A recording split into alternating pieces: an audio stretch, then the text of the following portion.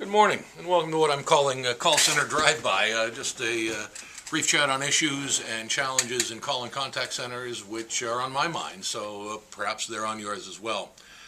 Today I want to speak about your contact center, your call center, and your website. And ask the question, is your website actually one of the most powerful call center tools you have at your disposal? Consider the following. A recent study by Forrester's found that 72% of customers actually prefer to visit your website and serve themselves when they have service issues or questions regarding your products or services.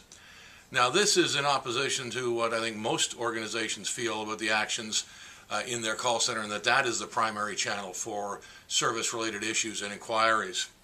Now, the 72% is further underscored by some research done by the Customer Council in 2009 that found that 40% of customers who phone your call center have already been to, and actually 40% actually are on your website at the point in time when they make that call. Now, I know that at this minute, you are a little concerned and perhaps mentally reviewing how easy it is for a customer to access or navigate your website. Can the customers find the FAQs? Are the FAQs actually meaningful? Are these the questions that customers are asking, or are these simply the easiest ones for us to identify, create couplets, and get posted online? Let me raise the heat a little more as you're mentally debating that and going through the gyrations and gymnastics. Another study by Forrester's conducted in 2009 asked the question, I will stop my online purchase if I do not immediately find an answer to my question. Now, the frighteningly large percentage of people who said yes, 57% in fact, really goes a long way to prove to explain the high level of abandoned shopping carts we see in e-commerce. Now, I've been an advocate for many years of proactive chat, and proactive chat is one of the more effective ways that organizations can actually address that very issue.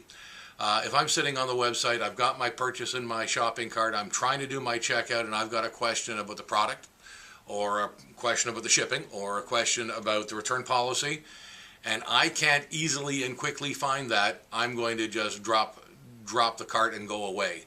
So the ability to have either a traditional reactive chat icon sitting there that I can click on if I've got a question, or a proactive chat that's going to be driven by rules based on how long perhaps I've been sitting idly in the checkout area. Other number of screens I may have visited and gone back to checkout, for example. All of those conditions can be created as rules and be used to drive a proactive chat that actually pops up a dialog box on my screen and says, hey, Colin, do you need some help? Research, of course, has proven that proactive chat can be highly effective, with users reporting 3 to 5 times increase in sales revenue simply by creating this opportunity for interaction. But what does all this mean to the call center operator?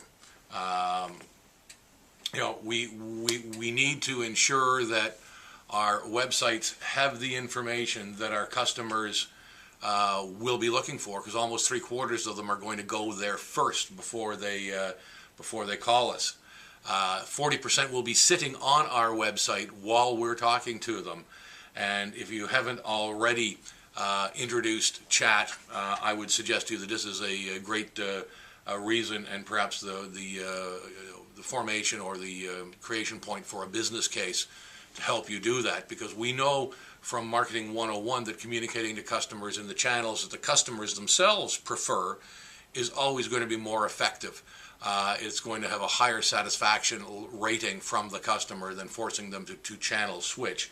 And frankly, if we don't have chat, what are their options? You may have an email link, or you may have a web form on your site, and certainly some customers will use that for questions.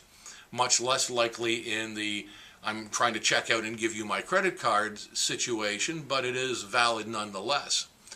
So perhaps let's chat a little bit about web forms. Now, web forms, of course, are an alternative to just a mail link that pops up your Outlook email box and allows you to compose an email to send to this address.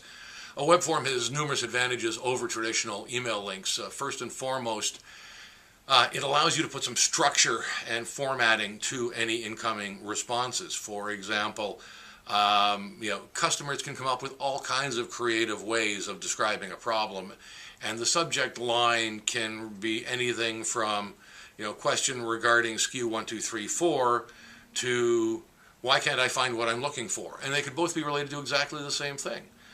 Using a web form, it's possible for us to create a predetermined number and set of subject lines, which customers can then highlight related to the most appropriately related to their inquiry. When this web form is received in the call center, it then allows the email management system to actually route those effectively based on the subject line. You may have different groups of people servicing different lines of business, and this can facilitate easier distribution and therefore better management. It also can facilitate better tracking of how many inquiries by every type, as well as allow you to track mean time to response or mean time to resolution regarding any of these issues.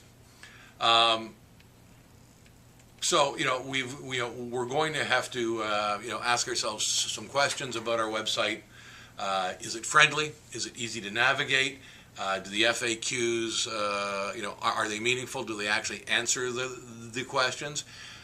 Be careful, of course, because oftentimes FAQs will only answer about half of the question, and unless you're linking the what is the general follow-on question to that, you're going to create a level of frustration.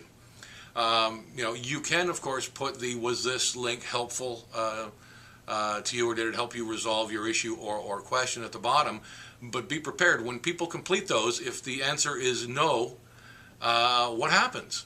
The customer is now expecting somebody to get back to them, a phone call, an email, something pretty damn quickly that's going to give them the information and allow them to answer the questions which they still have in their minds. So we need to ensure we have the right information. We need to ensure that the right information is in fact easy to find and is written in a language which the customers use. Now, we all throw around TLAs or three-letter acronyms within our industry and within our businesses, which may or may not be meaningful to a customer. Avoid using acronyms and use common speech that our customers will use. The language needs to be appropriate.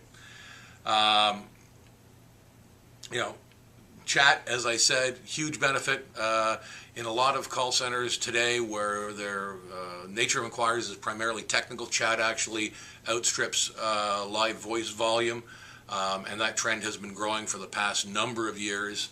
In customer service, still traditionally voice is much more predominant. But we want to make sure that we use the tool. The website's out there.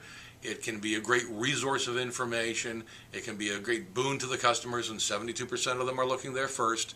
But let's make sure that we are viewing this, otherwise what is often referred to as a marketing tool, the website, as a support and customer service tool as well, and ensure that what we need is easy to find, easy to access, answers the question, and or provide them with meaningful and reasonable alternatives such as chat, either reactive or proactive, and web forms that can actually streamline, manage, and report on incoming activity. Thank you for your time and your interest today.